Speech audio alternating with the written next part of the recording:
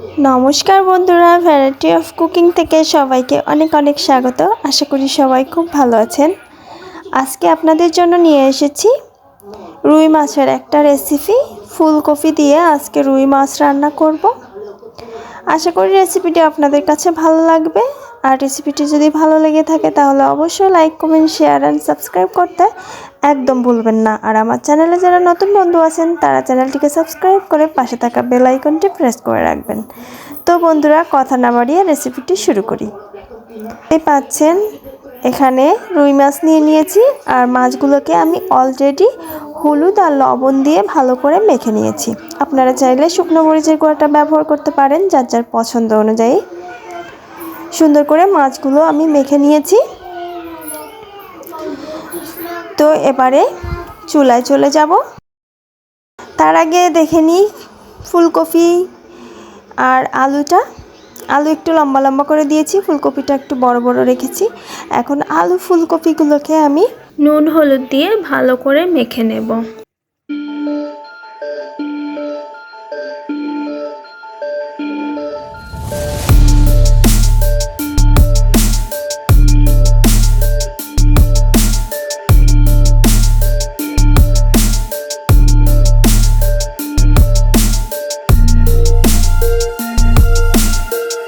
বন্ধুরা, এবারে সবার প্রথমে মাছগুলোকে খুব ভালো করে ভেজে নেব। তার জন্য ভালো করে তেলটা গরম করে নিয়েছি।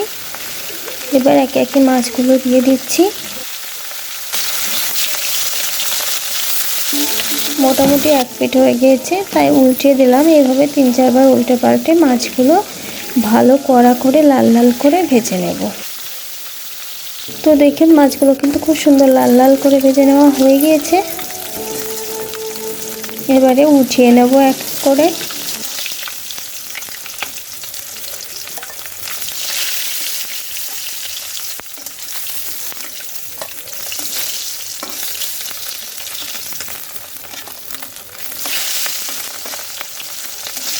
বাকি মাছগুলো একইভাবে ভেজে নেব।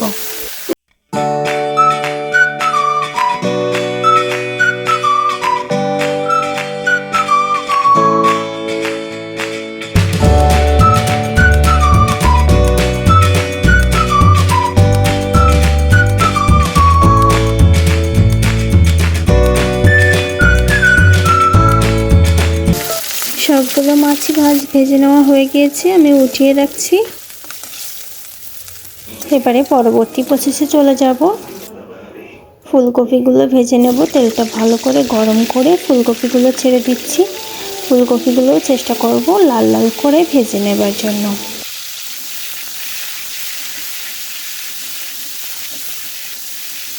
চুলার আঁচটা হাই হিটে রেখে ফুলকপিগুলো ভালো করে ভেজে নেব।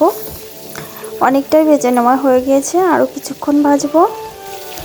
তো দেখুন এবার ফুলকপিগুলো কিন্তু একদম লাল লাল হয়ে গিয়েছে। তো এবারে উঠিয়ে নেব।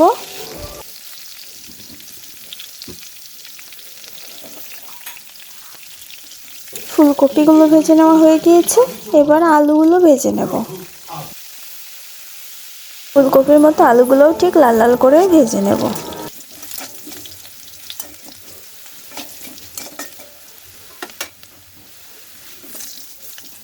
এই তেলের মধ্যেই একটা তেজপাতা আর একটা শুকনো মরিচ ফোড়ন দিয়ে নিলাম। একটু পোড়া পোড়া করে নিয়ে এখন গোটা জিরে ফোড়নে দিয়ে দিলাম। জিরেটাও একটু হালকা ভেজে নিচ্ছি। আর এখানে একটা বাটা মশলা নিয়েছি, জিরে, ধনিয়া, আদা আর কাঁচামরিচ। তো মশলাটা আমি দিয়ে দিলাম আর দিয়ে দিচ্ছি হলুদ। এখন খুব ভালো করে মশলাটা কষিয়ে নেব। জিরে, ধনিয়া, আদা আর কাঁচামরিচ আমি সবগুলো একসাথে বেটে নিয়েছি শিলনোড়ায়। আপনারা চাইলে ব্লেন্ড করেও নিতে পারেন। সুন্দর তেল বেরিয়ে আসা পর্যন্ত আমি কষিয়ে নেব। দেখুন তেল বেরিয়ে এসেছে। এ পর্যায়ে আমি ঝোলের জন্য জলটা দিয়ে দিলাম।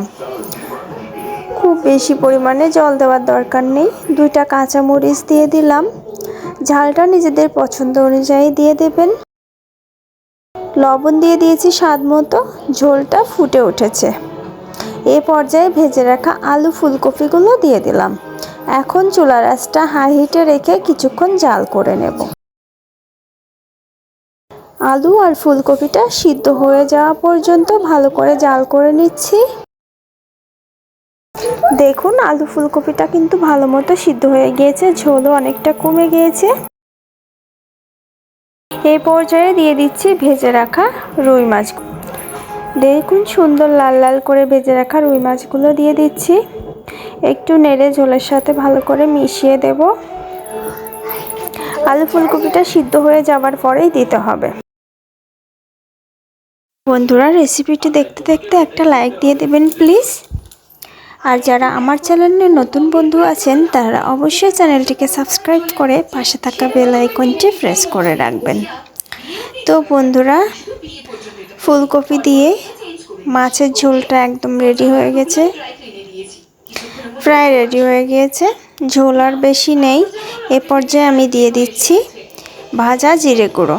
হাফ চামচের মতো ভাজা জিরে গুঁড়ো দিলাম আর হাফ চামচের মতো গরম মশলার গুঁড়ো দিলাম। ভাজা জিরে গুঁড়োটা ঘরে তৈরি করে নিয়েছি আর গরম মশলাটা প্যাকেটের গরম মশলার গুঁড়োটা ব্যবহার করছি। তো নেড়ে ঝোলের সাথে ভালো করে মিশিয়ে দিলাম। এখন আর 1 মিনিট মতো জাল করব। 1 মিনিট বা 2 মিনিট মতো জাল করলেই রেডি হয়ে যাবে আজকে আলু ফুলকপি দিয়ে রুই মাছের ঝোল। একদম সিম্পল, খেতে অসাধারণ সুন্দর। আশা করছি রেসিপিটি আপনাদের সবার কাছে খুব ভালো লেগেছে।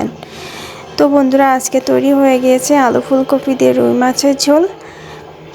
একবার হলেও বাড়িতে ট্রাই করে দেখবেন আজকের এই রেসিপিটি। দুপুরবেলা গরম ভাতের সাথে একদম জমে যাবে।